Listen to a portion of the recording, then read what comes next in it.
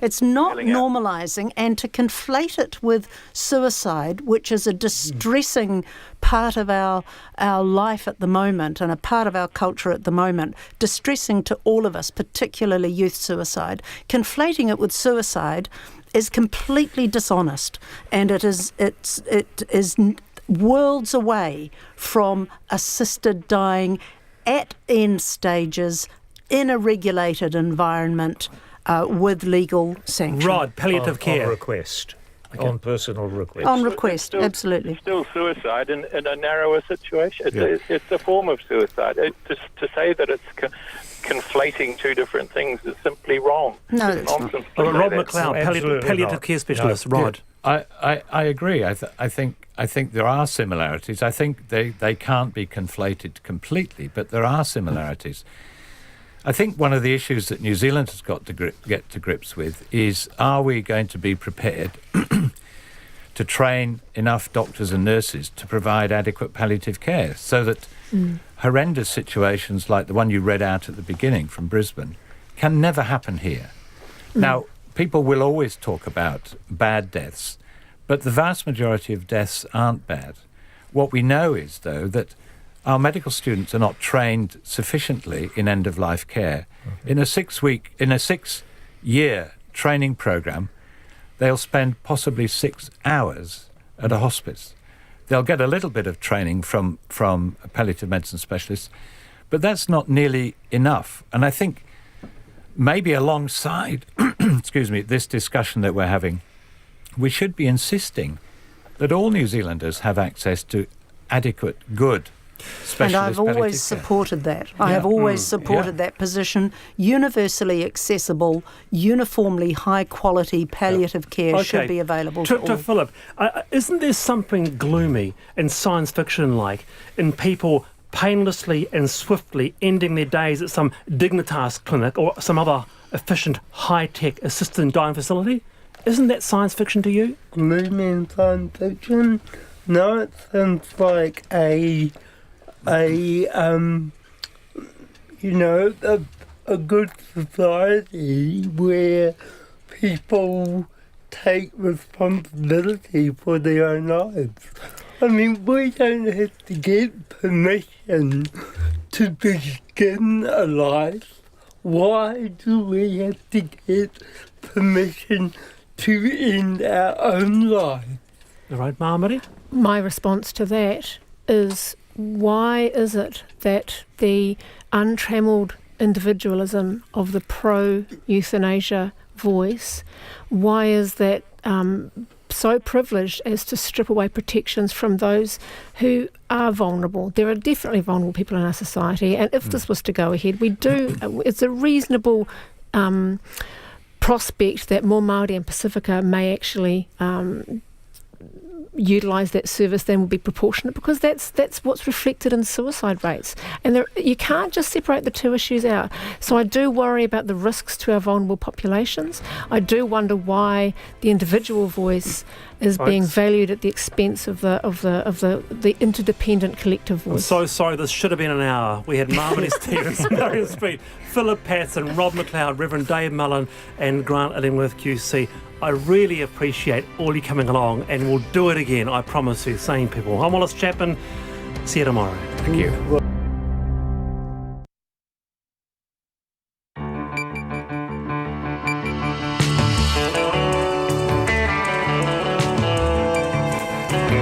Whakarongo mai koe ki te reo irirangi o Aotearoa. This is Checkpoint on RNZ National. I'm Lisa Owen. On tonight's program, new charges are laid over the Christchurch terror attacks. It's time to get our house in order. A new report reveals bullying and harassment is rife at Parliament, including claims of sexual assaults and predatory behaviour over years. New Zealand Rugby and the Crusaders launch an investigation into allegations of homophobic slurs and groping by players. They promised they'd be back to get their men, while today a re-entry team busted through the concrete seal at the Pike River mine. Ambulance services are to get an extra $21 million cash, so why are paramedics furious? And National MP Alfred Naro muses on the possibility of a new political party.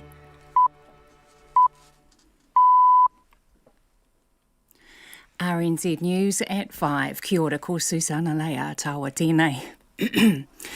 The police have laid a terrorism charge against the man accused of the Christchurch mosque attacks. Brenton Tarrant has been charged with engaging in a terrorist act under Section 6A of the Terrorism Suppression Act 2002. The charge alleges the mass shootings on March the 15th were a terrorist attack. It follows consultation between police, Crown Law and the Christchurch Crown Solicitor's Office. An additional murder charge and 2 additional attempted murder charges have also been filed against the accused. The police met with the families of the 51 victims and survivors to inform them of the new charges in Christchurch this afternoon. A woman whose husband died in the Pike River mine explosions hardly slept last night because she was so excited about today's re-entry. Anna Osborne, whose husband Milton was among the 29 men killed in the 2010 disaster, is among the families that campaigned for it. Today, a 3-person team went into the mine, opening the doors to an airlock just inside and checking the condition of the entry tunnel. They came back out to a big cheer from some of the families gathered at the entrance. Ms. Osborne says she's waiting a long time for this to happen. It feels bloody amazing, if I can say that. Finally, I've been wanting to say this for a very long time. We've had so many hiccups and roadblocks along the way, but look, it's really hard. I hardly slept last night because I was so excited about the events of today. Pike River campaigner Anna Osborne. The Pike River Recovery Agency says today's operation went to plan. New Zealand Rugby and the Crusaders are jointly investigating 2 allegations about players in South Africa. The franchise was already looking into claims winger George Bridge directed homophobic comments at a member of the public in a Cape Town restaurant on the weekend. Now a joint investigation is also underway into an accusation in Cape Town the week before. This involved first 5'8" Richie Monga and took place in a bar. RNZ has spoken to a woman who says he spat beer on her and pinched her bottom. Both men are current All Blacks. In a joint statement, New Zealand Rugby and the Crusaders say the allegations are serious, are about abuse and inappropriate and offensive behaviour and will not be tolerated. The Prime Minister says anonymous reports of serious sexual assaults contained in a report into bullying and harassment at Parliament are very distressing. The report has found bullying and bad behaviour are rife by and between staff, managers, MPs, media and the public. It also refers to serious sexual assaults. Of the 1,000 people who committed online survey, 14 said they had experienced sexual assault. The report covers the years back to 2014. 3 extremely serious accusations of sexual assault were disclosed, which Jacinda Ardern says is very concerning. Incredibly distressing. This should be a place where people feel safe coming to work, and it should be an exemplar, and at the moment it's not. Jacinda Ardern, neither the reviewer nor the Speaker of the House would give any further details, saying all revelations were made under the promise of anonymity. The ACT leader David Seymour is rejecting an accusation he's partly responsible for the heightened security risk for Green MP Golriz Ghahraman. Mr Seymour had described her as a real menace to freedom in this country. She will now have an escort with her whenever she leaves Parliament after her security risk was escalated by police. She says the escort came about after a News Hub story about white supremacy revealed she was being talked about in a dangerous manner. Ms Ghahraman says her safety was put at further risk after the comments by Mr Seymour, but he disputes that. She's somebody who gives back as good, if not a lot more, than she gets in political debate. Nevertheless, nobody in this country deserves to be threatened with violence, and no member of Parliament should have to shrink from political debate because some people are thugs and bullies. ACT Party leader David Seymour.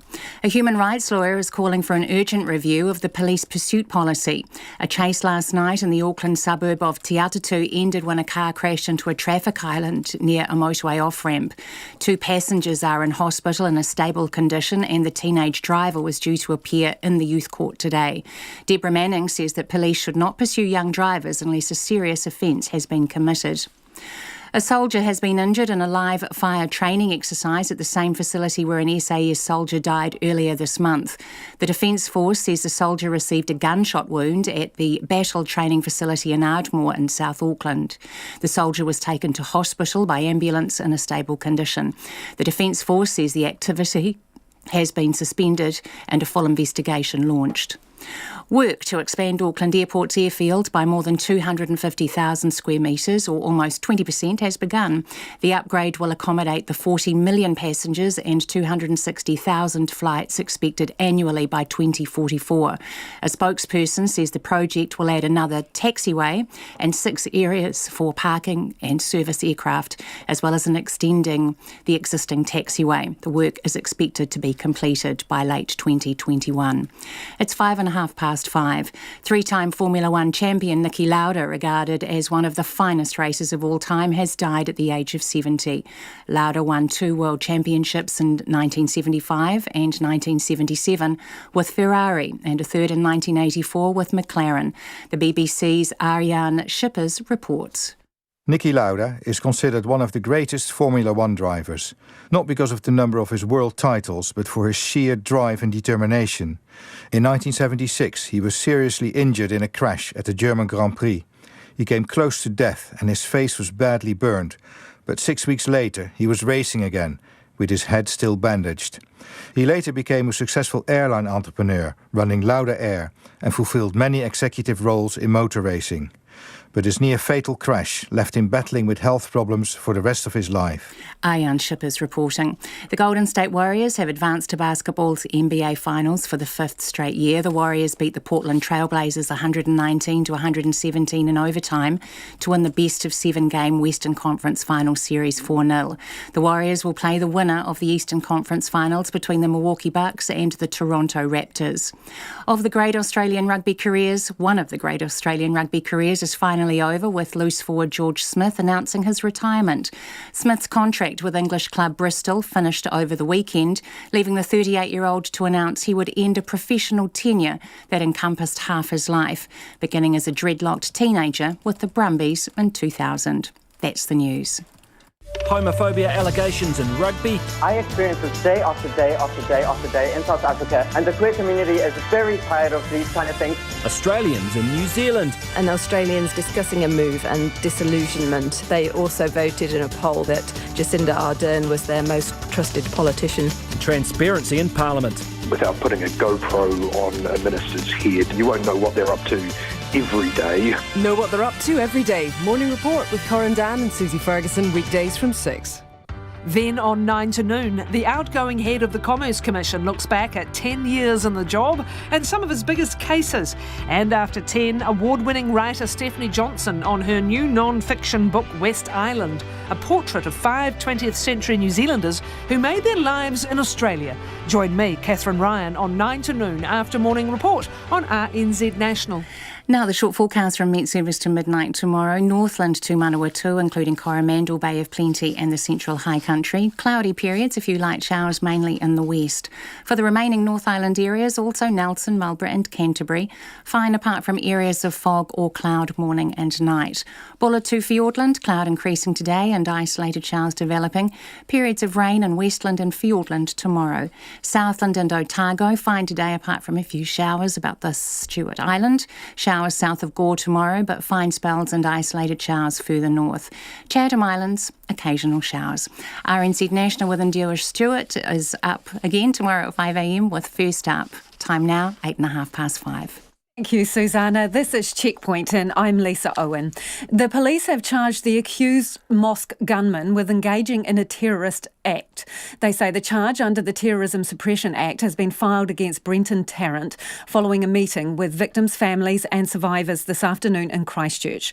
The charge will allege that a terrorist act was carried out in Christchurch on the 15th of March 2019 and follows consultation between police, Crown Law and the Christchurch Crown Solicitor's Office. An additional murder charge and 2 additional attempted murder charges have also been filed. Law Professor Bill Hodge is on the phone and joins me now. Bill, what does this mean in practical terms? What it means, and I have to say I'm a bit disappointed. I understand that it's satisfying to use the word terrorism in the prosecution, like the word hate crime. But we don't know what the definition will be upheld by the court, and he will be able to give evidence. I'm not a terrorist, I'm a patriot. Read my manifesto. I'm here to help the New Zealand people, not to cause terrorism. So he's going to be able to give evidence on the meaning of the term, where if they had stuck with the concept of murder, that would not be relevant, and the judge would be able to shut down cross-examination or an attempt to give a speech. Whereas with terrorism, we have never had a prosecution, we've never had an appeal, we've never tested the meaning of it, so both he will be able to give evidence and he will be able to appeal on any conviction. Although it's very satisfying to say, yes, he's a terrorist, he could get life under Section 6A of terrorism suppression, but every law student knows the definition of murder, the actus reus and mens rea, but nobody knows exactly what terrorism means. So it's untested territory, and he could get a platform to espouse his beliefs. So I like that word, platform. Yeah, he will be able to read his manifesto. So is there any advantage to laying this charge? Well, doesn't it feel good? I mean, I guess the police, the prosecution are making a statement, and the statement is welcome because we use this word terrorism. But our old statute, the good, tried and true Crimes Act, was very fit for purpose, whereas the Terrorism Suppression, or it's called the Terrorism Suppression Act, is novel. It's never been tried, and it'll be an experiment, in my view, although it, quote, feels good, but it's just a risk that he's going to get his platform, and that's really what he wanted. What about penalties? Well, the penalty for that section, 6A, is life. But the only question under the murder conviction, I don't want to be prejudicial to the trial, let's assume he has a fair trial. If he's convicted on a murder charge, again, the only issue for the judge was, what is the non-parole period? So there was a life sentence already there in the charges, so the police got no additional sentencing ability or sentencing option by charging under Section 6A. So I guess it feels good, and I guess people would say, aha, we're going to charge this guy with terrorism. But how much further along are we in terms of pursuing justice if he is just given an international megaphone to spout that manifesto? Appreciate your time this evening. That's Law Professor Bill Hodge, talking there about the police decision to charge the accused gunman in the mosque attacks under the Terrorism Suppression Act. The corridors of political power are rife with bullying and bad behaviour, including several incidents of alleged sexual assault. An independent reviewer has found a culture in Parliament that allows and normalises bad behaviour and harassment, and refers to a small group of MPs who are well known as serial offenders. In her report, Debbie Francis also mentions 3 extremely serious alleged incidents of sexual assault, but because the review was done promising anonymity, would give no further details. The Speaker of the House commissioned the report last year in part from the fallout of the National Party controversy involving its former MP, Jamie Lee Ross. Here's our political editor, Jane Patterson. Parliament is known as being a hothouse environment with fierce political competition, a combative approach to debate and rife with rumour and gossip. But is it a harmful place to work? According to Debbie Francis, the answer is yes. I found harmful behaviours to be systemic across the parliamentary workplace. Bullying and harassment were reported to me from and between MPs, staff, managers and members of the public. Debbie Francis says there are a number of unique factors creating a perfect storm. Extreme power imbalances, time poverty, intense pressure to perform, fear of mistakes, unrelenting scrutiny, hyper-competitiveness and a lack of diversity in this workforce. And there's no justification for this behaviour continuing. The old excuses, it's a robust environment, Parliament's not for the faint-hearted, are just that, old-fashioned and out of place in 21st century New Zealand. They told me that while Parliament should always be characterised by passionate exchange of ideas and contention, that does not give licence for those in positions of power to behave in harmful ways. Debbie Francis made more than 80 recommendations to improve Parliament's culture over the next 3 to 5 years. They include setting up a specialist advisory group to oversee that work, and that everyone working at Parliament, including the press gallery, be required to sign up to a code of conduct.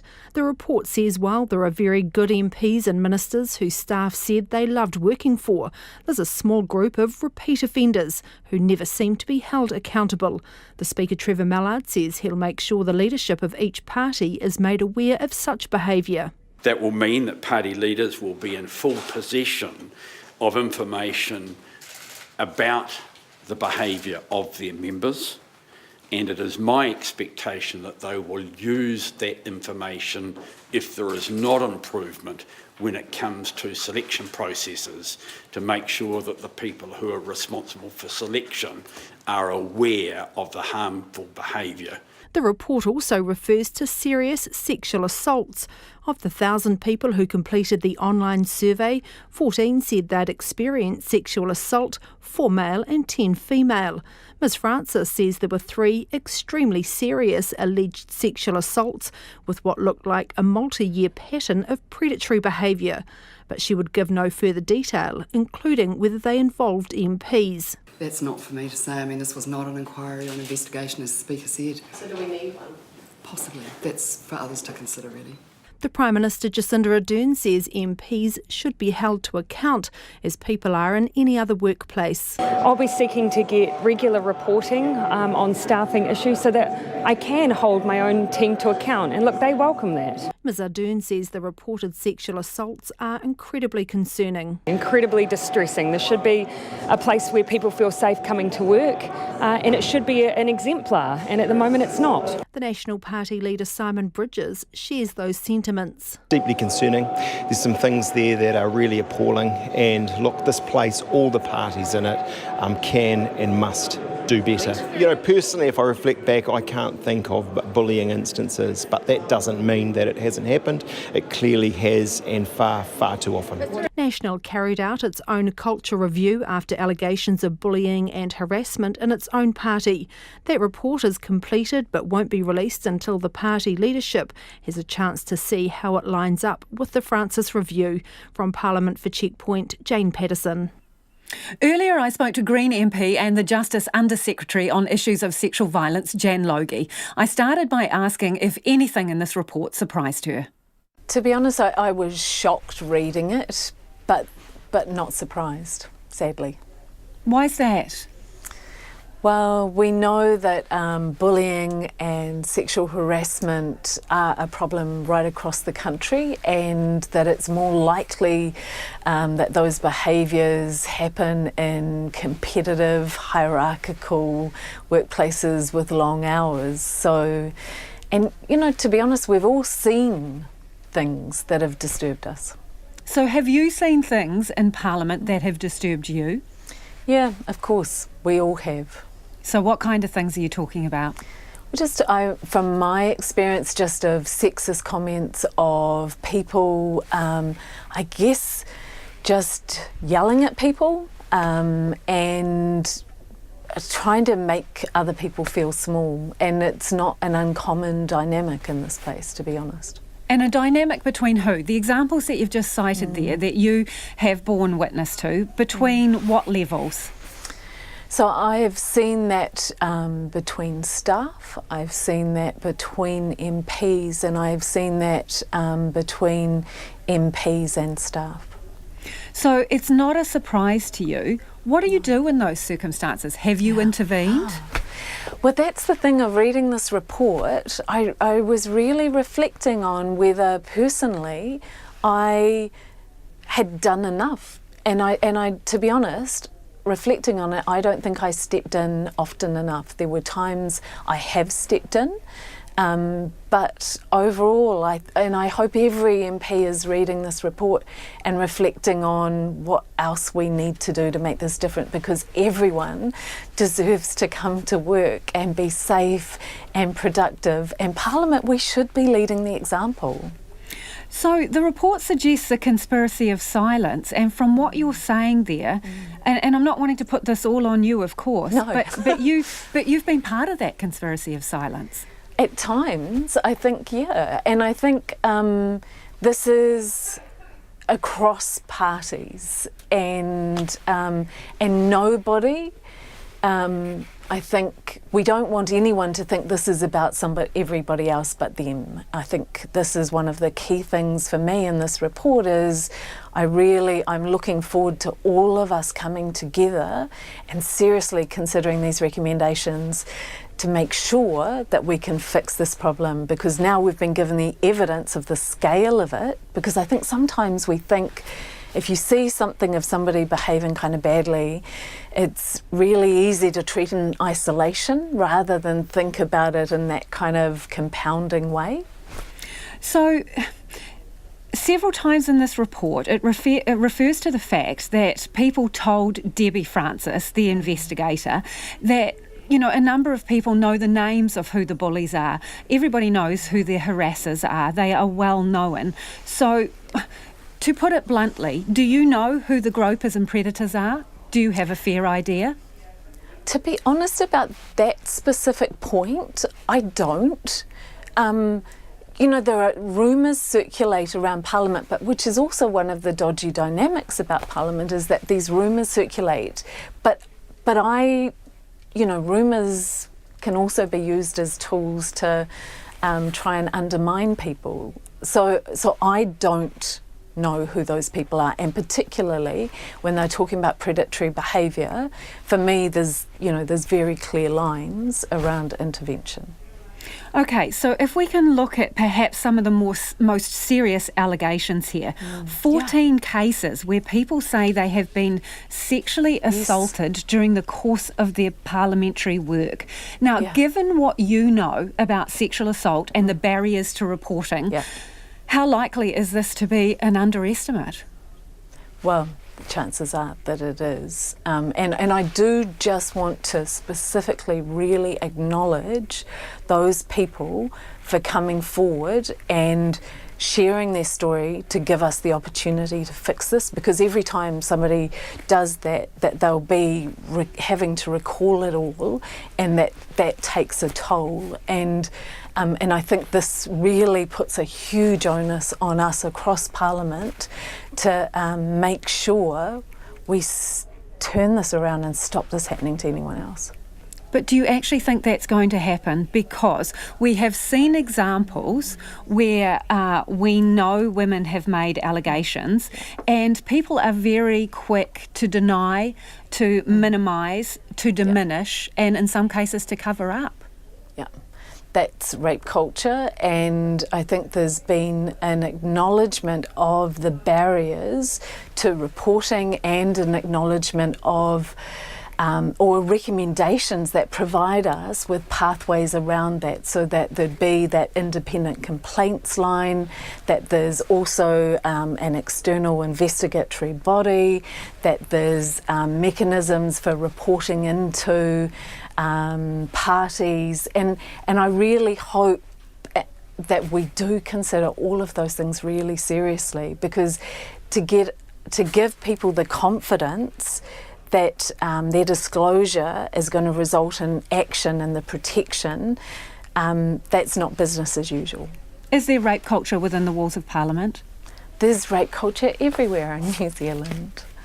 We talk about this a lot, about how there's victim blaming in really subtle ways, and it takes a lot of work to work through some of those ideas to get them out of our thinking. So of course it's present. There was some particularly disturbing details included in the report where there are three incidents which were disclosed, which Debbie Francis says displayed a multi-year pattern of predatory behaviour. Yeah. What should happen now about this? Because potentially the perpetrator is still in your midst. I know, which is a really disturbing thought, or to have that knowledge. And I understand that it was really important that people were able to report confidentially, so that they had the confidence to share this information so that we could get the scale of this problem.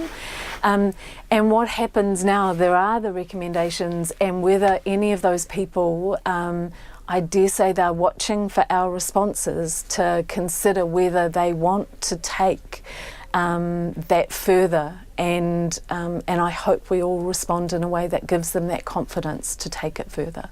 But what if that doesn't happen? Then you still have a predator somewhere. Exactly, and I think the recommendations help us look at what are our options in terms of taking our responsibility around the Health and Safety Act of ensuring people have got a safe work environment if in the absence of a complaint. And that's Green MP Jan Logie. Now, we did contact the police to ask if they were taking any further action as a result of the report. They've responded by saying that the report notes that several respondents were provided with details of police adult sexual assault investigators during the course of the review. The police will not confirm or discuss any matters which may have been raised with us as a result of the review process, given our obligations to individuals who may wish to contact us. We encourage anyone who wishes to discuss matters of concern with the police to contact us. You will be treated professionally and with empathy while we assess any information which may be provided, and that is from the police. It is 25 minutes after 5 and you're with Checkpoint on RNZ National. We're keen for your feedback on this story. What do you think of the culture at Parliament? You can text us on 2101, tweet us at Checkpoint RNZ or email checkpoint@rnz.co.nz. Prominent lawyer Steph Dyberg is to investigate claims of homophobic and sexist behaviour made against several Crusaders players during a recent tour of South Africa. New Zealand Rugby and the Crusaders say they're treating the allegations seriously, but say they don't match with the players' version of events. Timothy Brown reports. A South African woman claims the Crusaders and All Blacks first five, Richie Mo'unga, spat beer at her and behaved inappropriately during a tense exchange at a Cape Town bar. Looked at us with a dead stare and just walked away, and then my friends and I are dancing, and then I noticed the guy walking behind me, and then he pinched me on my bum. It's one of two alleged incidents involving the Crusaders during a recent tour of South Africa. The other involving a group of men who claim they were mocked and subjected to homophobic comments by a group of players, including All Black George Bridge, while in a McDonald's restaurant during the weekend. The guy in front of me, who was one of the rugby players, has his phone out and in that moment currently recording me for what looked like his Instagram or Snapchat and slowly zooming into my face and laughing at the same time as if he thought it was this hilarious video. The players at the centre of the allegations have denied any wrongdoing, and Crusaders Chief Executive Colin Mansbridge says their accounts are very different to those of the complainants. We've got a he said situation, and that's why we think an independent review is probably the best way to do it, and we're going to invite both complainants to contact Steph directly. Mr Mansbridge says in relation to the McDonald's incident, there is no suggestion the players were intoxicated. And coach Scott Robertson told reporters at Christchurch International Airport that the situation was a misinterpretation, an attempted selfie by George Bridge gone wrong. However, in the Mo'unga incident, which occurred the week before the McDonald's exchange, the first five responded to a message on social media apologising for spitting beer at the woman. In the response, he says he doesn't recall the matter, but obviously was intoxicated and should have gone home long before that stage. But Mr Mansbridge says Mo'unga's lack of recollection and acceptance he was drinking should not be linked. So in the apology, I think he says intoxication, and he says he doesn't remember the incident. It's easier to make the link. We'd like Steph Dyberg to have a look into that and get right to the bottom of it. He says he has spoken to Mo'unga, who was out with other players from the team, and his version of events is different to that detailed by the woman. He's gutted. He's quite keen for, in fact, all the players involved are keen for this to be investigated by Steph. Colin Mansbridge says the players remain available for selection while the matters are investigated. He says the McDonald's allegation is particularly gutting for the players as part of an inclusive organisation, the only Super Rugby team to be Rainbow Tick accredited. I've heard feedback from players, I've heard feedback from management, I've heard feedback from security staff that were there, and other independent people have made contact with us, and that they suggest that there was no homophobic statements made. The suggestion of a homophobic environment around the team also didn't marry with what Rawa Karatai, manager of the Christchurch Heroes, the city's first and only gay and inclusive rugby team, has seen. The allegations are a surprise because they have been so supportive. They've got the rainbow tag and they do work well with us at Christchurch Heroes. We've had such a positive experience with Crusaders, both managerial and at players level. New Zealand Rugby's Chief Rugby Officer, Nigel Cass, says the alleged behaviour has no place in the modern game and the organisation holds strong values of respect, inclusion and tolerance. However, the claims are refuted by the players and New Zealand Rugby and the Crusaders are awaiting the outcome of the investigation. Colin Mansbridge says the process will take as long as it needs. In Christchurch, for Checkpoint, Timothy Brown. The news when it came was brief and to the point. A simple tweet from the Pike River Recovery Agency saying re-entry has happened.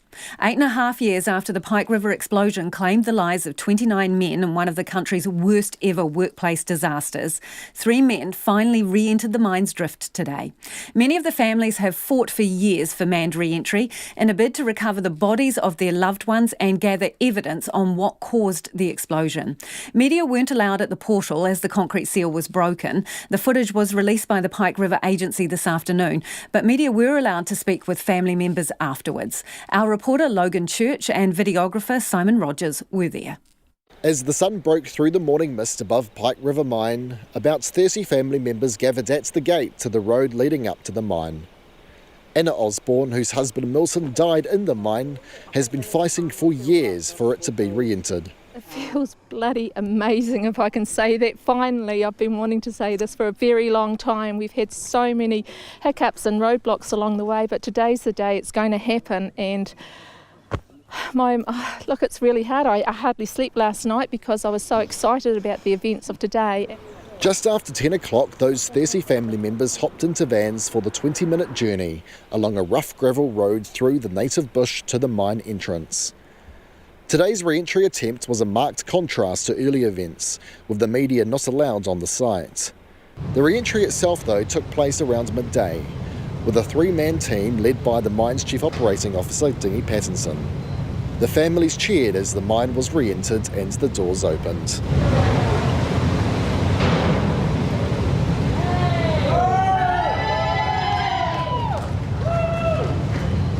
Afterwards, about 2 o'clock in the afternoon, Mr Pattinson, flanked by the 2 miners he led into the drift, described their experience. Oh, look, it went according to plan. Went extremely well. We started the day off by we had to do exactly what we've been doing in the lead up to it. We had to get oxygen or fresh air up to 180 metres inside the tunnel. We done that early this morning, and then we had to lower the pressure in the mine again, which we've done that, and that all went to plan. Work removing the rest of the concrete seal began last Monday, ahead of a re-entry. But today was a day for the families of the 29 men who went to work at the mine and never came home. Some, including Tracy Kane Harvey, emerged carrying cylinders of the cut concrete seal from 30 metres inside the mine. She held it up like a trophy. It was very emotional.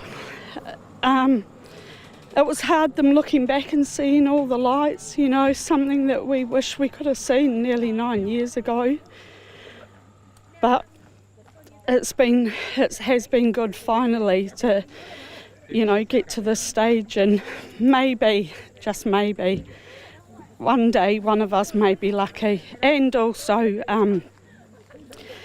to have some justice for all of our men. And for the others, it was simply a day to celebrate. It wasn't until I actually seen that bit of concrete come out today that I realised that we're on the way. To me, it's almost like a mark of defiance, when you're told that you can't do something and you know that in your heart that you can. And thanks to the backup that we've had. And we've done it! Yeah, we've done it! Yep, we have. Yep, what a day. 21st, what a shame it wasn't on the 19th. I know, it's exciting. We just can't. If I was a drinker, I'd be under the table right about now because it's something to celebrate. It's fantastic. Really, really good. In some ways, today marks the end of a long, hard road for many of the Pike River families. But it also marks the start of a new journey, as the miners now have to go into the mine and examine it forensically, trying to figure out exactly what caused that explosion 8.5 years ago.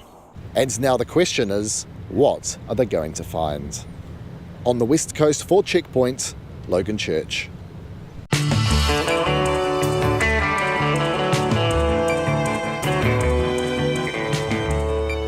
And coming up on Checkpoint on RNZ National, anger from paramedics that a funding boost won't boost their pay packets. National MP Alfred Naro regrets sharing a Facebook post comparing abortion to the Holocaust.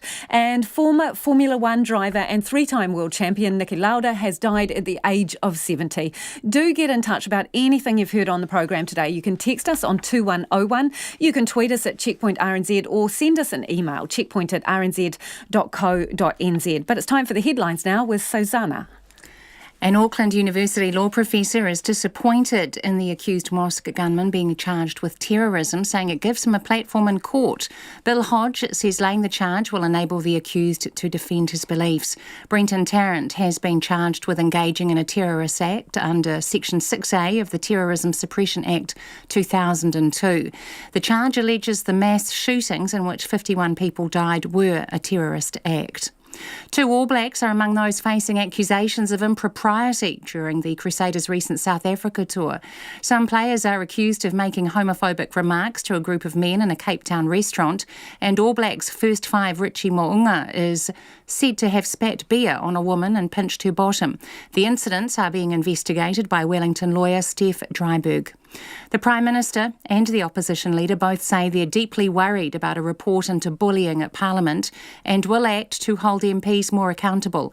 The report's investigator, Debbie Francis, found systemic problems with Parliament as a workplace, with widespread reports of bullying, intimidation and unreasonable demands on staff. It also refers to sexual harassment, including 3 extremely serious allegations, and makes 80 recommendations for changing the culture. The Pike River Recovery Agency says today's re-entry of the mine has gone to plan. It comes 8.5 years after 29 men died in explosions inside the mine and ends a long wait for family members. The 3-person team today opened the doors to an airlock just inside the entry tunnel and checked its condition. ACT leader David Seymour denies being partly responsible for Green MP Golriz Ghahraman's heightened security risk. Mr Seymour described her as a real menace to freedom in this country. She will now have an escort with her whenever she leaves Parliament, following a News Hub story about white supremacy which showed she was being discussed in a dangerous manner. Ms Ghahraman says her safety was put at further risk after Mr Seymour's comments, but he disputes that. Those are the headlines. Our next news and weather update is at 6. Thanks, Susanna. This is Checkpoint and I'm Lisa Owen. Time now for business news with Madison Reedy. Maddie, Tower Insurance, it's reported its half-year result today. How's it going? It's actually going pretty well. It's returned to profitability in this 6-month period. So its half-year net profit was $11.9 million. Now that compares with a loss in the same period last year of about the same amount of $11.6 million. But that was largely due to a one-off reinsurance settlement. What's boosted it this time around is better weather, actually. So there's been fewer severe weather incidents in both New Zealand and the Pacific where it does its business, and that's obviously meant that it's had to pay out less claims. So that's boosted its figures there. Also higher premiums. Now Tower was one of the first insurers to move to that risk-based pricing model that most insurers have done now. You are talking about IAG. They've obviously made that move in Wellington, which has had some controversial impacts there. So obviously our Tower is one of the insurers that is charging more for the likes of home insurance premiums in more environmentally risky areas, that being Wellington, coastal areas. Now, I asked the chief executive if he thought that that had meant that they'd lost some customers. He said that the impact actually hasn't been that big. They've lost about they've impacted about 3% of their customers who've had higher premiums. They've also seen a small but insignificant amount of customers moving to other insurers. Also, they took a bit of a stab at the Earthquake Commission. Now, this isn't new from Tower. The chairman, Michael Stiasny, has taken a stab at the EQC previously because the Earthquake Commission does pass on some of its its higher cost claims to Tower to cover. They took another stab at them this time around, so they still have 132 outstanding claims for Canterbury quakes, but they closed 67 in the 6-month period. But they actually also received another 26 overcap claims, which are claims over $100,000 from EQC in the period too. So they're not too happy about continually receiving them. So they've had to provision more money, put more money aside to pay for those. They're expecting they'll cost about $64 million, but they did warn that the cost of these claims could deviate substantially. Now, the Chief Executive of Tower, Richard Harding, he says they're obviously fed up with this process with the EQC, and it's now planning to start chasing the Earthquake Commission to pay back the cost of covering some of these claims. Here's what he had to say. The EQC continues to provide overcap claims, and the nature of those claims now has changed from being claims that as a result of customers experienced damage from earthquake to claims where the original work that's been done by the EQC is now needing remediation itself. So where the EQC and its repair partners have not actually filled their duty of care to provide an appropriate solution for the customer in the first instance. And where that triggers that property to go over cap, we're suggesting to the EQC that is their problem, not ours, and not our shareholders' problem. So what are you going to do about it? You're going to pursue them? Well, we obviously want to respect the fact that our customers need to get their problems resolved, so we will work with our customers and we will then seek to recover from the EQC the damages that have been paid. That's the Chief Executive of Tower, Richard Harding, speaking to me earlier today off the back of their financial result. And he also expects their full-year net profit to exceed $26 million, which is a bit of an uplift in a forecast there. Hey, so what else has been happening on the markets today? The NZX Top 50 index closed down just slightly, 0.2%. That's a drop of 18 points to close at 10,216 tonight. Tower's share price rose 2.5%. That's a small rise of 2 cents to 80 cents a share. And the New Zealand dollar, that's buying at 65.1 US cents, 94.7 to the Australian, and same as last night, 51.2 for the British pence. Thank you, Madison. Madison Reedy with our business news. Paramedics are furious that a $21 million boost to the country's ambulance services won't result in any pay increases for them, instead going towards building repairs and recruitment in Auckland. The government announced the funding today as a 2-year shot in the arm for the ambulance service, which includes Wellington Free Ambulance. The funding injection is a one-off payment, prompting St John's CEO Peter Bradley to renew his calls for the government to provide 95% of its funding. Longer term, the government has agreed to review the ambulance funding model, but paramedics locked in a pay dispute with St John's say their employer isn't listening to their concerns and the money isn't going to fix the dire situation they face. Alex Perrottet has more. Another pre-budget government announcement on increased funding, this time for a struggling ambulance service that has to raise almost 30% of its funding from charity, and last year had a $13.4 million deficit. Paramedics met with Deputy Prime Minister Winston Peters last month and asked for $21 million as a relief for their pay. Today, the Health Minister, David Clark, said he too has listened and reacted. We want to give them the confidence, and we want to give New Zealanders the confidence that we take seriously their concerns about funding, and that's why when they called out, we've responded. But that $21 million over 2 years won't go to the frontline workers. St John wants to spend it on moving its clinical control centre from a leaky building into a new space. Sarah Stone from First Union says that's cynical and shows it's actually St John that's not listening. We're angry. Workers are really angry. They're so disappointed that Peter Bradley and St John could just disregard them like this and put a building over them, basically. Sarah Stone says considering the deficits and the pay disparities, paramedics are upset that St John has not asked for more money. It's only ever got what it asked for because it wouldn't ask for more. And that's a slap in the face for workers when they're working days and nights for no extra money, weekends. They've got a starting rate of $19.10. And yet over and over again they get ignored. Winston Peters confirms St John didn't demand 100% funding and still wants to rely partly on fundraising. They did not ask for 100% funding. They asked for a far greater percentage of funding. And they also believed that there was a certain integrity in their fiscals in having to raise some of the money themselves. Andrew Ferguson, an intensive care paramedic based in Northland, says St John has long neglected its most important resource, people. And he's angry that Mr Bradley is talking about fixing workspaces instead. They are worthless. They will not save New Zealand lives without the staff in them. A failure to invest in that, doesn't matter what flash new toys you have, if you're not investing in your staff and in the welfare of your staff, you are going to negatively impact the health and well-being of New Zealanders. He says the CEO could and should be taking their concerns to the government and asking for more. Our CEO is leading the ambulance service, and it's probably the darkest days of the ambulance service that we are going to see and have seen for quite some time. And I think staff are losing trust in the organisation and they're becoming disenfranchised, and they are struggling. Dean Brown is a paramedic who entered the Al Noor Mosque on March the 15th. He wrote an open letter to Prime Minister Jacinda Ardern urging proper funding for New Zealand's emergency services.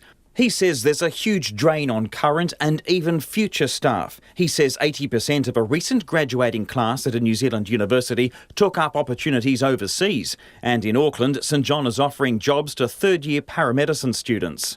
I've heard reports of 10 people were leaving in one day in Auckland recently. When you can earn a significant amount more for a number of offshore companies doing contract work, staff, especially younger staff, will certainly be attracted. Mike Grant from Wellington Free Ambulance says the funding arrangement is similar for them, and it's no surprise they're suffering as well. We've been given $850,000 today, so we'll still have to go to the public, to the communities for the balance of $150,000. That 24-hour ambulance is enough for the next 12 months. In 12 months' time, we'll need to put another one on. So our ambulance services are quite stretched. Peter Bradley today repeated his threat made in a February letter to David Clark that if he didn't get the 95% funding he wanted, he'll have to scale back services. If that's not available, then we'll have to reduce our services to match the funding we get. So that's what we're saying. We reach the end of the line, or reaching the end of the line. 95% is a minimum, and that's what we have to have. But Peter Bradley says he's happy the government has agreed to review the funding model that he described as not fit for purpose. Dean Brown says the paramedics are still locked in facilitation meetings over pay, but if they don't get relief, they'll escalate industrial action, and that could mean walking off the job. I know for me personally, I would be willing to walk off the job and withdraw my labour for a day. Yeah, we would certainly look at ways to try and mitigate that, because we're here for the public, we're here for people. We don't want to see anyone suffer, but things are at a crisis point now, and I think this potentially is just going to make it worse. For Checkpoint, Alex Perrottet. And Alex Perrottet will have an interview with St John Ambulance CEO Peter Bradley after 6. It is about 14 minutes away from 6. Let's get to some of your feedback now on our earlier story about the report into bullying at Parliament. This one says, this inquiry should come as no surprise to anyone who has seen and heard Parliament in session. Supposedly mature adults with the responsibility of representing the New Zealand public, yelling, ridiculing, laughing, belittling. If you behaved like this in a private sector board meeting, you would be sacked. Clearly an unprofessional, immature, childish culture, an embarrassment to our country, that listener says. Peter says, regarding bullying in Parliament, perhaps the PM will censure the Deputy PM for calling Jerry Brownlee fatty and Billy Bunter last October. This will send a strong message, says Peter. And another Peter's got in touch from the Hawke's Bay, and Peter says, there must be a review of what Debbie Francis describes as unusual and complex employment arrangements and barriers to making complaints. Clearly, bullies feel untouchable due to confidentiality agreements and the like. Who does a staffer complain to regarding an MP's behaviour, says Peter? Who will guard the guardians? Thank you for your feedback. Do keep it coming. You can text us on 2101, tweet us at Checkpoint RNZ, or good old-fashioned email checkpoint@rnz.co.nz. National MP Alfred Naro says he regrets sharing a Facebook post comparing abortion to the Holocaust, as he's confirmed he's looking at starting his own political party. It's the first time the third-term List MP has spoken since reports emerged last week that he was in talks about setting up a breakaway party to focus on socially conservative issues. Mr Naro, who was the first MP of Cook Islands descent, has a theological degree from the Bible College of New Zealand. He told reporters today at Parliament that he's been reflecting with his wife on public feedback since the news of the possible formation of a new party was made public. A number of people in our communities up and down this country are beginning to say, possibly, where are our values gone? Where have they eroded to? That's really what the question is. And so I've been overwhelmed by people talking to me, coming to see me, talk about these values. Why are they not reflected? Why are the voice of their values not reflected in this House of Representatives? Is it strange that your leader is giving you space and time to consider setting up a new party? Well, not at all. I'm a person of honour. I went to him, spoke to him. I wanted him to know that if there's talk that's out there, I didn't want it to come second hand. I respected his leadership. So I went and had a chat. I said, look, at this stage, people are just talking to me. But what I noticed, it was just overwhelmingly, and obviously after the last 72 hours and on Friday, things just, ramped off. So do you think those values you're talking about, you're likening abortion to Holocaust on Facebook? So here's the thing, what is the real question here? Why is people marching on the 28th of May next week? Why is there a petition before Parliament? Who poked the bear?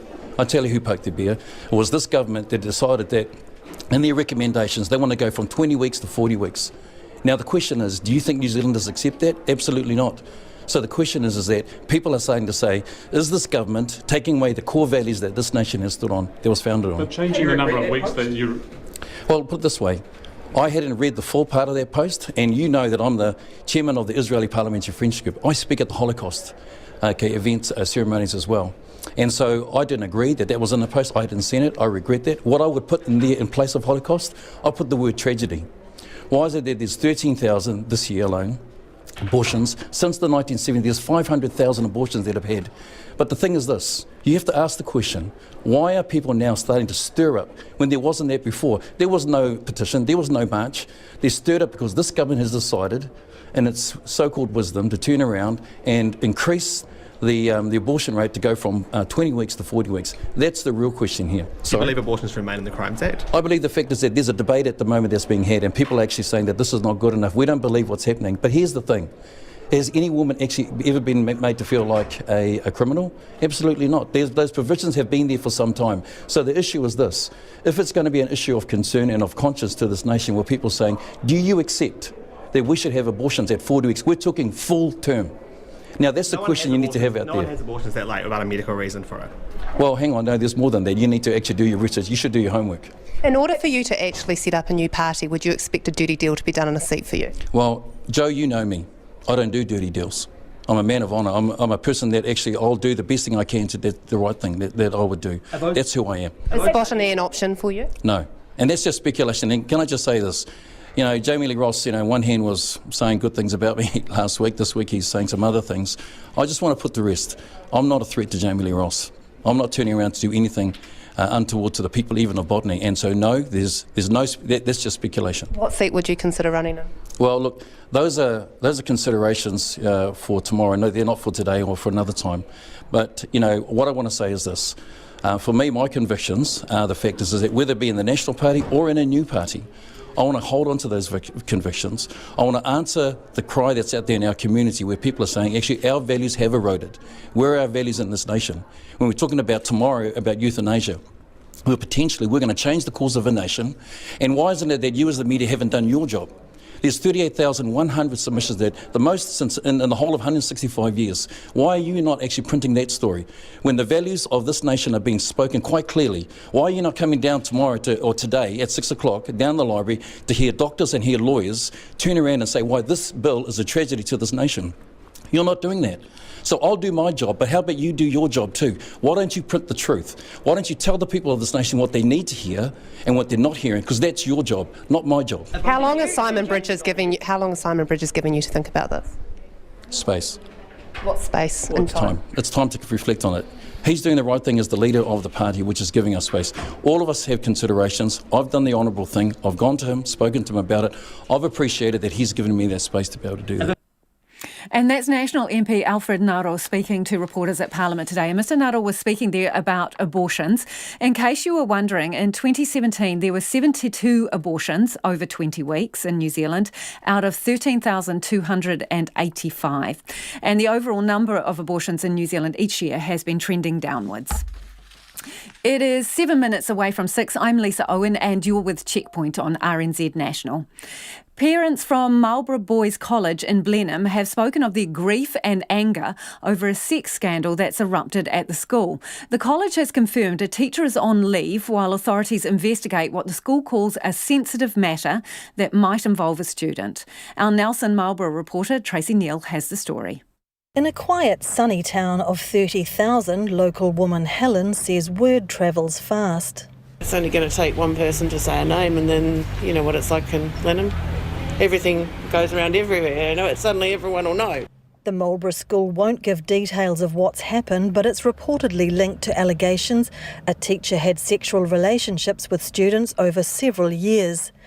The board chair says it's working with the School Trustees Association and Ministry of Education to make sure the matter is being handled in line with what it calls best practice. Sturrock Saunders says the school is taking care to protect its students. He says the matter has been referred to Oranga Tamariki and police are investigating. A parent, Julie, has 2 boys at the school. She's disappointed but has faith the school will handle it properly. Haven't really been overly concerned. I believe Wayne Hegarty will make the right decisions. I think it's absolutely fabulous as a headmaster. Board of Trustees will do what's right.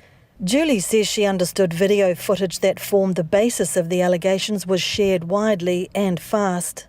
I would hope if it happened to my boys or they were involved in something like that, they would come to me rather than flick it around social media.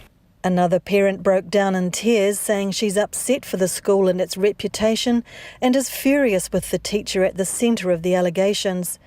A former pupil, Jordan, says he knows the woman and can't believe it.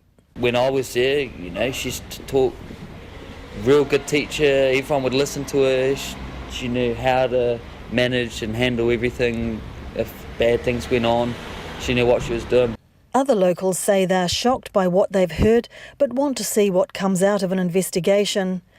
The Minister of Education's office has declined to comment other than to acknowledge the allegations are serious.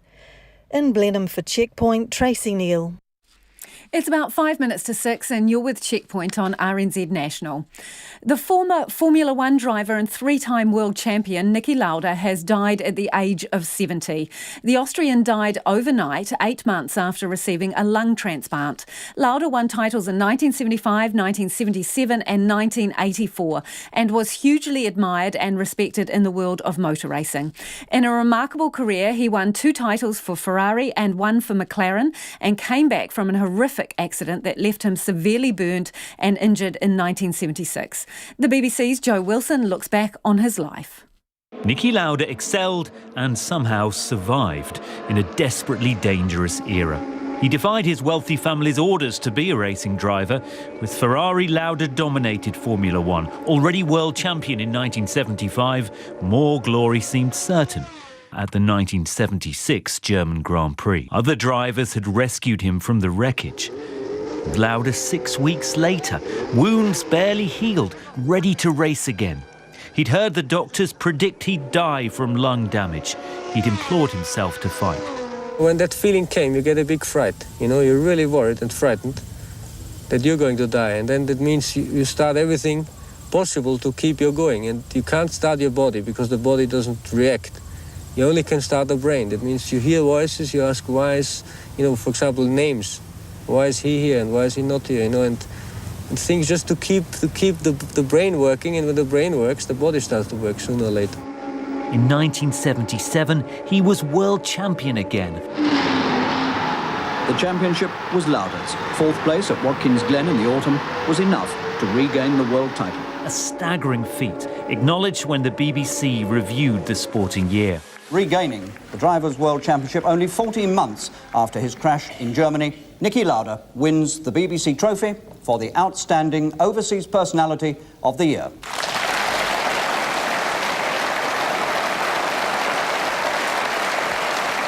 Lauda was champion driver again in 1984, a victory for McLaren to go with the 2 titles that he won for Ferrari. Later, he held managerial roles in Formula One, notably at Mercedes.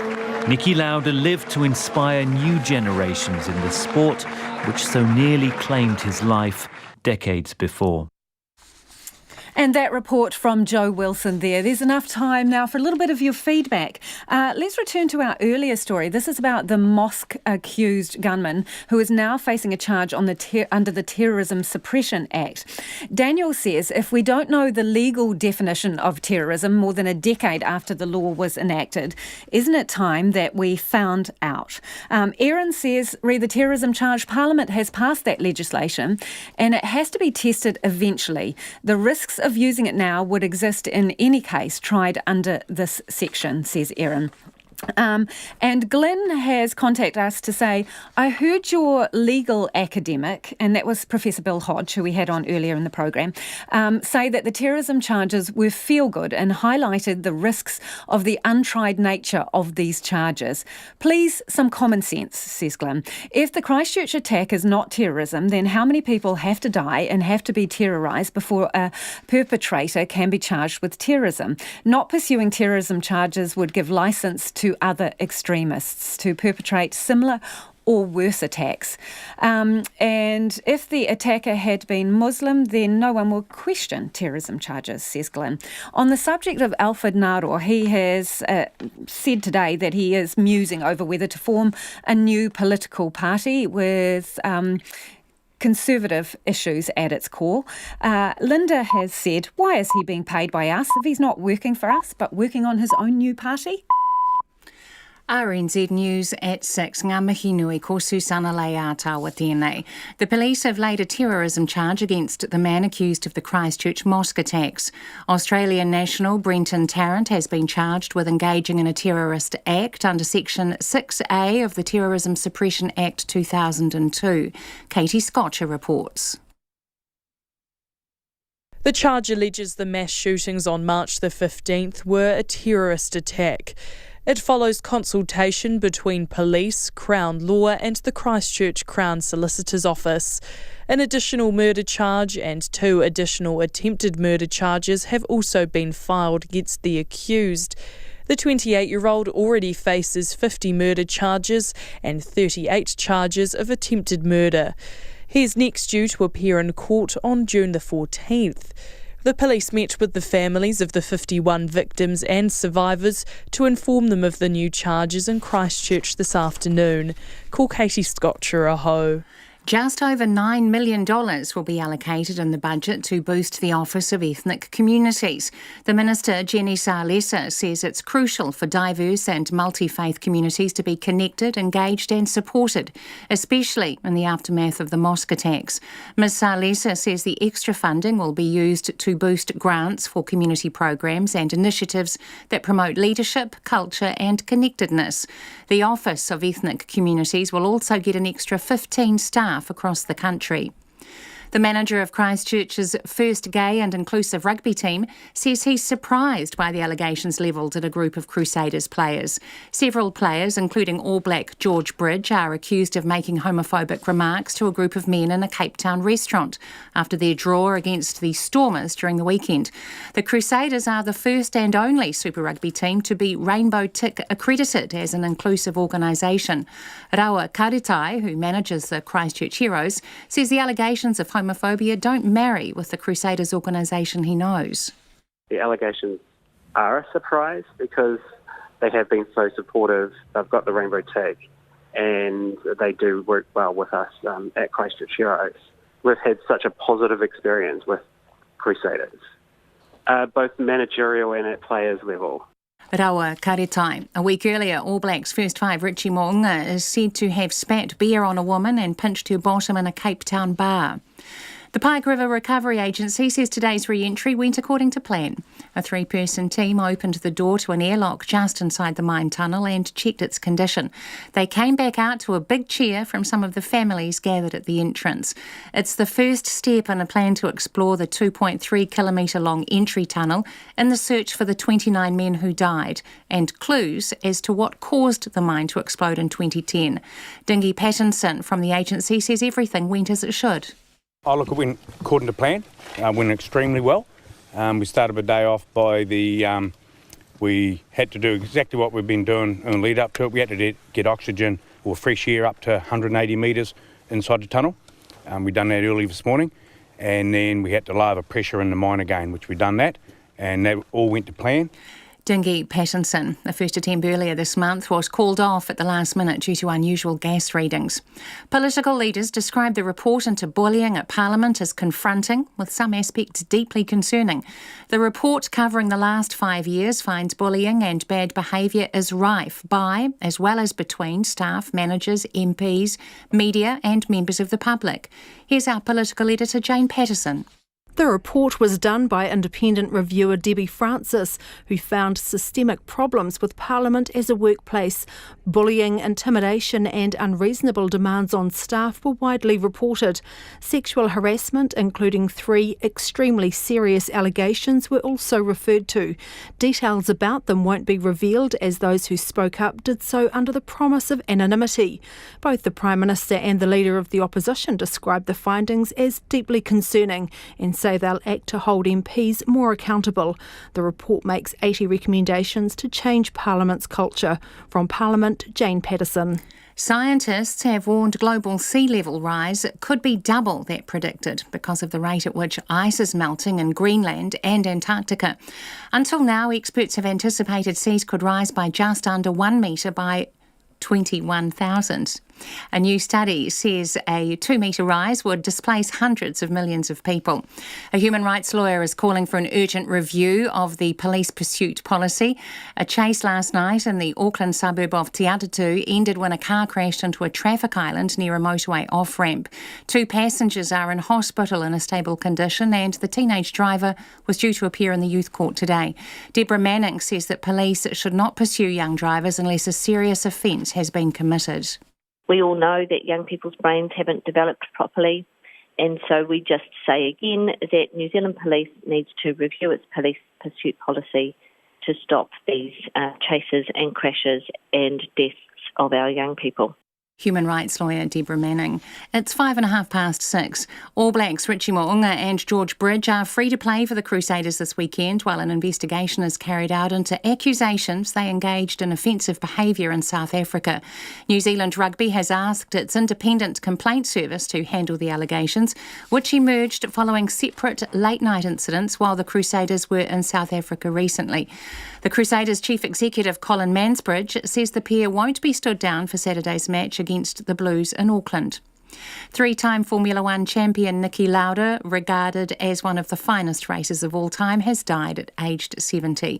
Lauda won 2 world championships in 1975 and 1977 with Ferrari and a third in 1984 with McLaren. He had a near fatal crash in 1976 when racing in Germany, but despite suffering serious burns was soon back in his Ferrari with a modified helmet and went on to claim his second Formula One title. His rivalry with British driver James Hunt, the 1976 champion for McLaren, was intense and became the subject of the acclaimed 2013 film Rush. The Golden State Warriors are through to basketball's NBA Finals for the 5th straight year. The Warriors beat the Portland Trail Blazers 119-117 in overtime to win the best-of-7-game Western Conference Finals Series 4-0. The Warriors will play the winner of the Eastern Conference Finals between the Milwaukee Bucks and the Toronto Raptors. That's the news. Tonight on Night, a window on the world of slavery and America's Cherokee Nation. Dylan Mayhew reports on Emma Huraka's efforts to calculate pi. She's got it down to the nearest trillionth of a digit. And then there's another bedtime reading to celebrate our new online children's story trove. Outside sat a fluffy Persian cat. "I've come about the job," he purred. On Nights, with me, Brian Crump, from Afternoon News at 7 on RNZ National. Now the short forecast from Met Service to midnight tomorrow. Northland to Manawatu, including Coromandel, Bay of Plenty and Central High Country. Cloudy periods, a few light showers mainly in the west. For the remainder of the North Island, also Nelson, Marlborough and Canterbury. Fine weather, apart from areas of fog or cloud morning and night. Bulla to Fiordland, cloud increasing today, isolated showers developing. Periods of rain in Westland and Fiordland tomorrow. Southland and Otago, fine today apart from a few showers about Stewart Island. Showers south of Gore tomorrow, but fine spells and isolated showers further north. Chatham Islands, occasional showers. RNZ National with Indira Stewart, and first up from 5 a.m. tomorrow. The time now, 6:08. Thanks, Susanna. This is Checkpoint and I'm Lisa Owen. A report into bullying and harassment has delivered a scathing view of what it's like to work at Parliament, including allegations of sexual assault. The review was carried out by an independent external reviewer, Debbie Francis, and found serious bullying and bad behaviour are rife by and between staff, managers, MPs, media and the public. There were also allegations of sexist behaviour ranging from sexual harassment to sexual assault. Joining me now to discuss the report is National MP Barbara Kuriger, who provided the party's response to the findings. Good evening, Barbara. How bad is this? Look, I just think it's uncovered some things that have probably been simmering away under the surface, Lisa, and I think, you know, we welcome the opportunity to work together with the rest of Parliament. Parliament's a unique environment, but these types of issues are not unique to Parliament. But, you know, we can't shut our eyes and pretend they're not there, so we all have to look to lifting the standards. So how would you describe the culture there?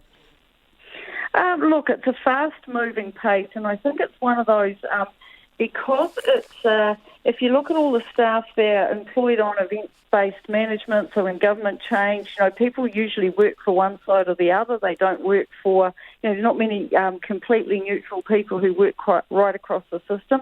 So the whole event-based part of Parliament actually makes it a difficult environment to start with. But on top of that, it's fast-paced, it's moving, and of course we have a lot of political debate going on between MPs, and we do not want to stop that. We need to keep the political debate going, but make sure that people don't get caught up in that in a sort of in a bullying way, which, you know, can be a result of working in this sort of an environment. Have you seen or experienced that kind of behaviour, the behaviour outlined in the report? Not to the extremes, but, you know, I've seen from time to time people that could be treating people better. You know, I personally haven't, you know, I'm a grandmother now. I haven't sort of experienced any sexual behaviour in my time in here, but obviously some people have. But I think just on a day-to-day basis, the way we care about people, the way we treat each other and staff is pretty important. So what steps do you think National has taken to ensure, that they're honest and transparent about issues like the ones that have been raised in this report?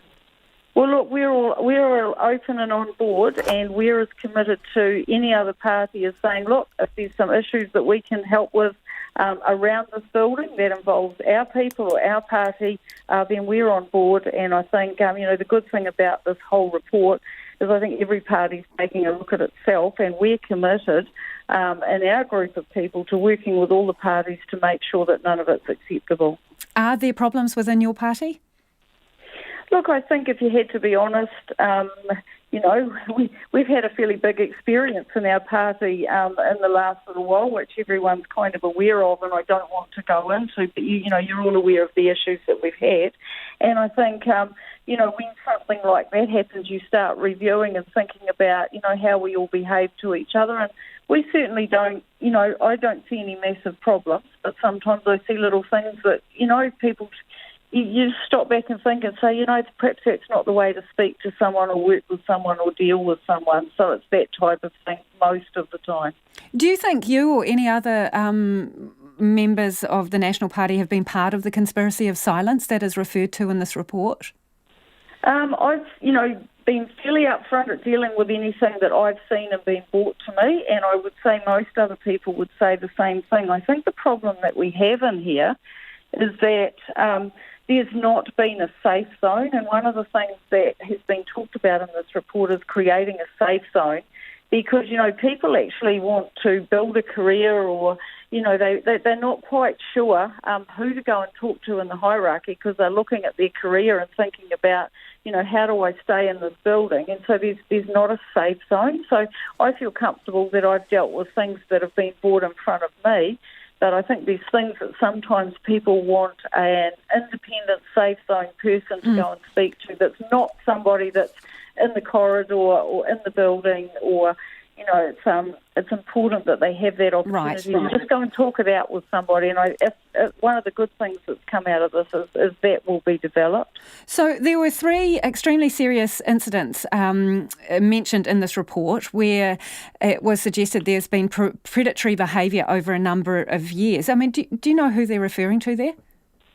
No, I don't. And I've been through one of my roles. Anne Tolley and I had the roles of actually having a look through all the verbatim to have a look and see if we recognised anybody.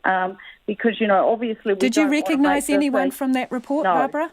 No. You sure about that? I didn't. I'm positive about that. The comments, I think a lot of the comments were fair and valid, but I went through and I didn't recognise anybody in those. And I think the important thing about all of this is that we want to collectively, as a whole, clean the place up. I don't think this report was ever meant as a let's target and let's see who we can find. No, but obviously you can talk to your party in this particular situation. So just before we go, then, if you don't know who I was just going to say, if somebody did recognise somebody in that report, I would hope that they would actually, be speaking up and helping to do something about that. So then, if you're not aware who this predator is, are you concerned that they could still be in the parliamentary environment? Well, I think I would always be concerned if there was a predator here, and if there is one, and people are now, far more attuned into this sort of stuff and knowing that we're, looking at safe zones, that, we don't want that sort of behaviour in here. So if that's happening, we need it out. And so, someone at some point will have a reason to speak up, and I hope they do. Really appreciate you joining us this evening. That's National MP Barbara Kuriga, who provided the party's response to that report on bullying. One person remains in a stable condition and another's been discharged from hospital following a police pursuit in the West Auckland suburb of Te Atatu last night. The pursuit began shortly before midnight and ended 3 minutes later when the stolen car slammed into a traffic light. The latest incident has renewed calls for youth advocates for police from youth advocates for police to stop pursuing young drivers unless absolutely necessary. Our Youth Affairs reporter Katie Doyle has more. Police say the chase began at 11:45 after a stolen car was seen driving at an excessive speed around Te Atatu. But within 3 minutes it was over. The car had ploughed into a traffic light near a motorway on-ramp. Lynn Hall lives around the corner from where the accident happened and heard the whole thing. I heard this almighty thump, a loud, really loud one. And I thought, that's something horrible. They've got some lamppost or something. So I waited a bit longer, and about 30 seconds later, 40 seconds, I heard sirens. The crash has led to renewed calls for police to review their pursuit policy. Human rights lawyer Deborah Manning says the New Zealand policy is out of touch with international practice and there needs to be an urgent review.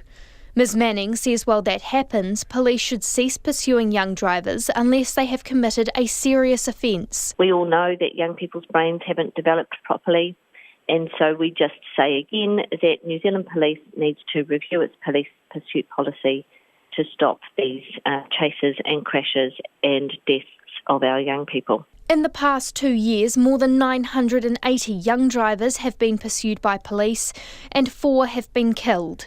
The Children's Commissioner, Judge Andrew Beecroft, says that unless there is a threat of homicide or serious injury, police should not pursue young drivers. The risks are too great of serious injury or death to young people and children involved, and also to innocent members of the public. I think a much better approach, and what needs to change, because these are complicated decisions that police need to make in the spur of the moment, is that if there's good cause to suspect that a car has in it or is being driven by a child, should pull out. He says that in most cases, police can locate and hold the offenders to account the next day, rather than initiating a dangerous chase. The problem is that young people with very poor judgment skills and a still developing frontal lobe are prone to make foolhardy, reckless decisions that can backfire very quickly. And sometimes the whole point of the exercise is to lure the police into a pursuit. But the head of the Police Association, Chris Cahill, says that may not be practical because it's difficult for police to ascertain the age of the driver and who they are. He says while there does need to be more training for police involved in pursuits, he doesn't believe the policy needs to be reviewed. Well, we would really fall back on the large-scale thematic review that police and the Independent Police Conduct Authority did earlier this year, which, while having some recommendations for change, extensively said that the pursuit policy was appropriate and worked. And that really is something that we think is true. Earlier this year, RNZ revealed police were open to considering a 1-year no pursuit policy and were in talks with Judge Andrew Beecroft. It followed a review by the Independent Police Conduct Authority, which found that police needed to do further research on why drivers flee. For Checkpoint, Katie Doyle. It's almost 19 minutes after 6 and you're with Checkpoint on RNZ National. I'm Lisa Owen. The CEO of St John Ambulance, Peter Bradley, says he's been on a road trip meeting more than 1,000 ambulance staff and he's committed to giving them more resources and more money. It comes after today's announcement of short-term funding relief from the government to the tune of $21 million over 2 years. But paramedics say they're disappointed they won't get any of it. While Peter Bradley says he's happy that the government is finally agreeing to review the funding model, many workers and union members say he's totally disregarded their concerns over pay and conditions. Our reporter Alex Perrottet sat down with him a short time ago and asked why the cash injection is being put into building repairs and recruitment in Auckland. No decision's been finally made on what will happen to the money. We only found out the amount this week, so clearly we have to talk to our board and executive, but we have to move out of the building we're in now. Our control room is a risk.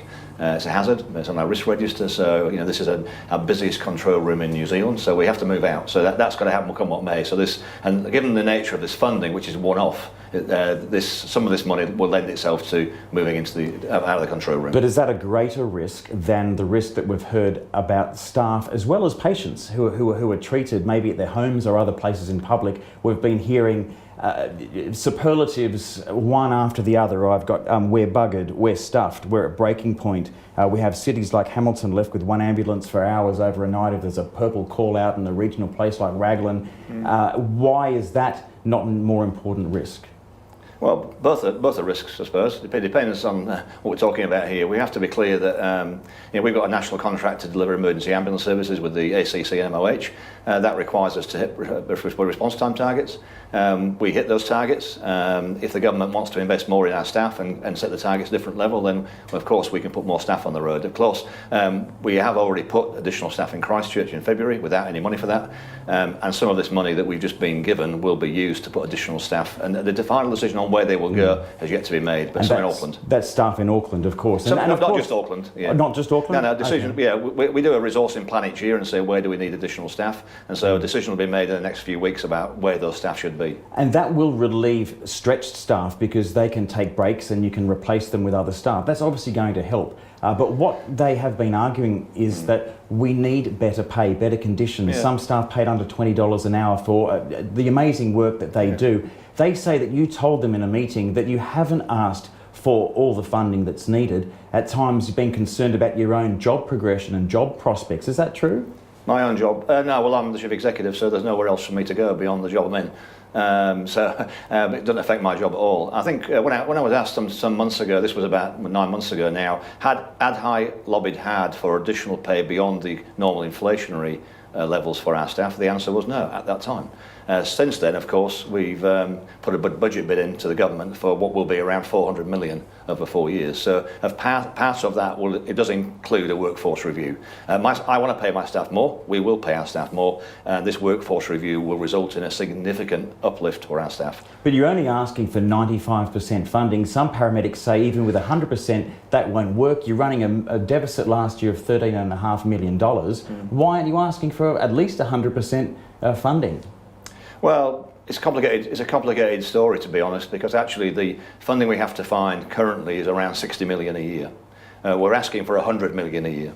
So that's the more important number. At the end of all this, we will be fully funded. 95% from the core contracts, and then the other 5% made up from other contracts we have with other government departments. So in essence, this will make us fully funded. But I think it's important to remember what we're focusing on is the fact that we've asked for up to $400 million over 4 years. We've been given today 21 million over 2 years, non-recurrent, one-off funding. So our focus is not on the 21, that's a sideshow. The real issue is getting full funding. And I believe the government today has signalled its intention to address that long-standing issue once and for all. So that's what I'm pleased about. It is a long-standing issue. Yep. It's been going on for a long time. Yep. Why, I mean, you can't be happy, surely, with them kicking the can down the road saying we'll have more conversations about this and we're going to have more discussions about it. A big announcement today, surely you feel a little underwhelmed. I did have mixed feelings, I have to say. And like I say, I'm less focused on the 21 million because that's not going to solve the problems. I'm absolutely focused on the commitment that's been made today for the first time ever that they're going to sort this out once and for all. And Winston Peters said that we will not renege on this deal. We will sort it out once and for all. So that's what our focus now is. And I'm absolutely committed to ensuring that in 2020, St John and Wellington Free, jointly working together, will secure the funding we need and deserve to run our services effectively. When do you want to hear confirmation from the government about this? Well, I think what I'm really pleased about is they've announced a review and a report. They've announced a financial review of St John, which I think is appropriate. They would want to do that anyway to make sure that they're satisfied that putting the additional 400 million into St John is the right thing to do. That will be completed by September. That's great, this year. They've announced a report into what does the future of the ambulance service look like in New Zealand. That will be completed for Cabinet by December. So I think the fact they're doing 2 quick pieces of work in 6 months, report back to Cabinet, signals their intent to do something in 2020 in their budget announcement. So we'll be working really hard to get those pieces of work completed with the Ministry of Health and then look forward to a big announcement next year. St John Ambulance CEO Peter Bradley talking to Alex Perrottet. The Taranaki Regional Council says a decision to spend up to $50 million to repair the earthquake-prone Yarrow Stadium in New Plymouth will mean the province will soon be able to host major events again. But community sports groups say repairing the covered stands will cost only $36 million and the additional spending only benefits rugby. Our Taranaki Whanganui reporter Robin Martin has more. Just gone past 10:30 now, we'll call this meeting to order and welcome you. The east stand at Yarrow Stadium, the spiritual home of Taranaki Rugby, was red-stickered in November 2017 and the west declared earthquake-prone a few months later. Ever since, the Regional Council, which owns the arena via the Taranaki Stadium Trust, has been wrestling with how to return it to its former glory. It proposed 8 options ranging from demolition to building a brand new state-of-the-art covered stadium worth $217 million.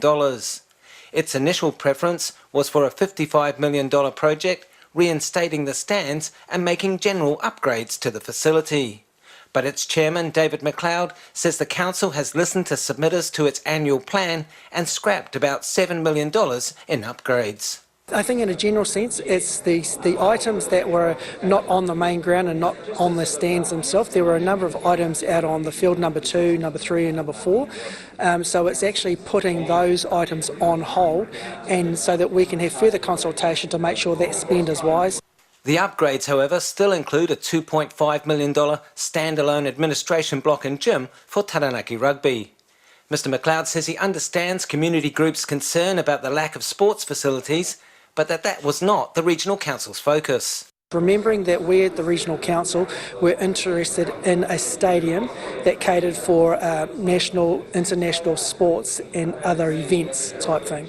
It's not about us being involved in putting netball courts for New Plymouth or soccer grounds for New Plymouth, because that starts to delve us into more district type of facilities.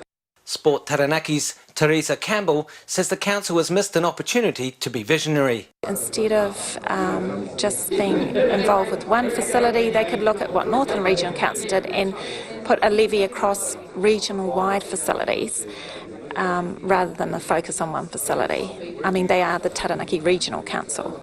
Ms Campbell says $50 million is an awful lot of ratepayer money to be sinking into one facility. Taranaki Synthetic Turf Trust member Hugh Barnes has been a vocal critic of the stadium proposal. And while he's not happy about the $50 million bill, he's pleased the council has made a commitment to be transparent about the costs. We've questioned all the way along all the enhancements that have been included in the project, and so to see some of them dropped off to be put back for further review is pleasing. and to allow us to buddy monitor what they're actually spending going forward, even with the existing budget, I think is a key point. Regional Councillor and former New Plymouth Mayor David Lean says the sports groups are targeting their wrath at the wrong authority. Their frustration should be vented at the people that perhaps aren't doing their job in respect of facilities in the New Plymouth area. That's New Plymouth District Council. Have it out with them. Nobody's called in to task yet. I mean, they're hiding somewhere down the track and pretending that it's somebody else's job, not theirs, to be involved in that activity. It's election year. Now's the time to call them out. On the streets of New Plymouth, there was a mixed reaction to the Yarrow project. Yeah, totally. Yep, all for it. I reckon they should have put it up the racecourse.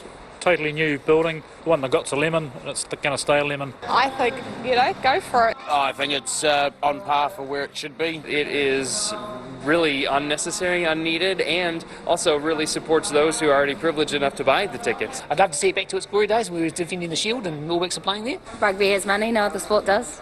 The other sport gets to miss out again and again and again. The repair of Yarrow Stadium will be funded via targeted residential and business rates over the next 25 years. I Taranaki mo te hōtaka o te ahi pou nei, ko Robin Martin-aho. Time for a bit of your feedback before we go, and a lot of you have been getting in touch about National MP Alfred Naro's comments about abortion. This from Marsha. I'm absolutely outraged at hearing yet another man trying to deny women's sovereignty over their own bodies. If Mr Naro wants to prevent the tragedy of unwanted pregnancies and the suffering this causes women, let him advocate for men's consistent use of effective contraception. And also this one about his comments that abortions are happening at 40 weeks. David has said regarding the abortions at 40 weeks, pregnancy term is 39 weeks, so the child would have been born, he says. Hey, thanks for joining us today. That's about all we've got time for. Don't forget you can check out our stories on rnz.co.nz/checkpoint or on our Facebook page. We'll be back tomorrow. RNZ News headlines at 6:30. Good evening. The man accused of the Christchurch mosque massacre has today been charged with terrorism, as well as 51 charges of murder. The leaders of the two main political parties have described a newly released report into bullying at Parliament as confronting and deeply concerning. The Pike River Recovery Agency says today's re-entry went extremely well. And New Zealand Rugby and the Crusaders are jointly investigating two allegations about players in South Africa. Those are the headlines. Our next news will be at 7. Homophobia allegations in rugby. I experience this day after day after day after day in South Africa, and the queer community is very tired of these kind of things. Australians in New Zealand. And Australians discussing a move and disillusionment. They also voted in a poll that Jacinda Ardern was their most trusted politician. Transparency in Parliament. Without putting a GoPro on a minister's head, you won't know what they're up to.